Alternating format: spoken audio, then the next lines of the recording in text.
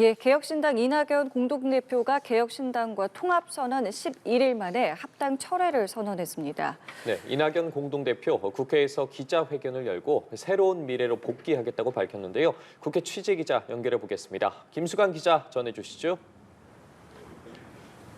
네, 국회입니다. 이낙연 대표가 조금 전 국회에서 기자회견을 열고 이준석 대표와의 결별을 선언했습니다.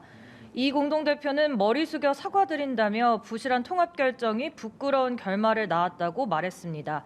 통합신당의 최고위 과정에서 합의 정신이 무너지고 민주주의 정신이 훼손됐다며 통합 합의를 철회하고 새로운 미래로 독자 행보를 예고했습니다.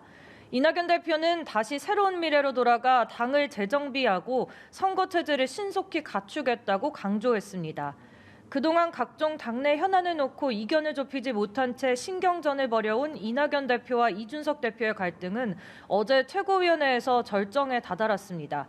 이준석 대표가 총선 정권을 자신에게 위임하는 안건 표결을 강행하자 이낙연 대표가 측근인 김종민 최고위원과 회의장을 박차고 나온 건데요. 이후 김종민 최고위원과 박원석 전 의원이 소통관에서 기자회견을 열고 이준석 대표가 통합하기를 기획하고 밀어붙인 것이라고 비판하며 결별 수순에 들어갔습니다. 이와 관련해 이준석 대표는 오늘 오전 MBC 라디오에 출연해선 어제 기자회견은 모욕적이었다면서도 다소 감정적인 부분이 있을 수도 있다고 본다며 어떻게든 함께했으면 좋겠다는 말씀을 드린다고 밝혔습니다. 자, 그리고 총선이 50일 앞으로 다가온 가운데 여야 공천 상황도 좀 알아보겠습니다. 국민의힘 이 지역구 재배치 논의가 한창이라고요. 네, 국민의힘은 강남 을에 공천을 신청했던 4선의 박진 의원에게 서울 서대문을 출마를 요청했고 박진 의원이 이를 받아들였습니다.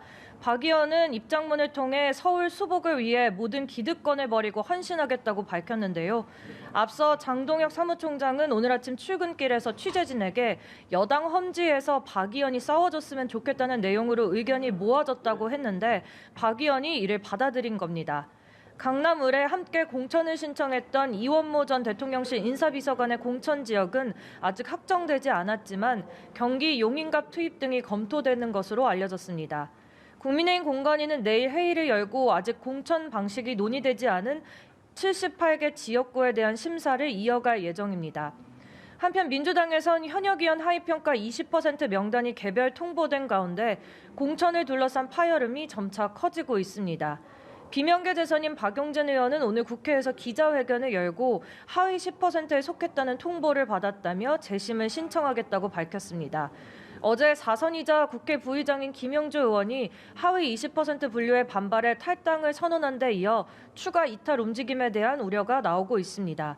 다만 이 같은 상황에 대해 박주민 원내수석 부대표는 오늘 오전 YTN 라디오에서 평가가 자의적으로 이뤄지긴 어렵다며 불합리하다고 느끼실 수 있겠지만 객관적 평가에 의한 결과라고 일갈했습니다.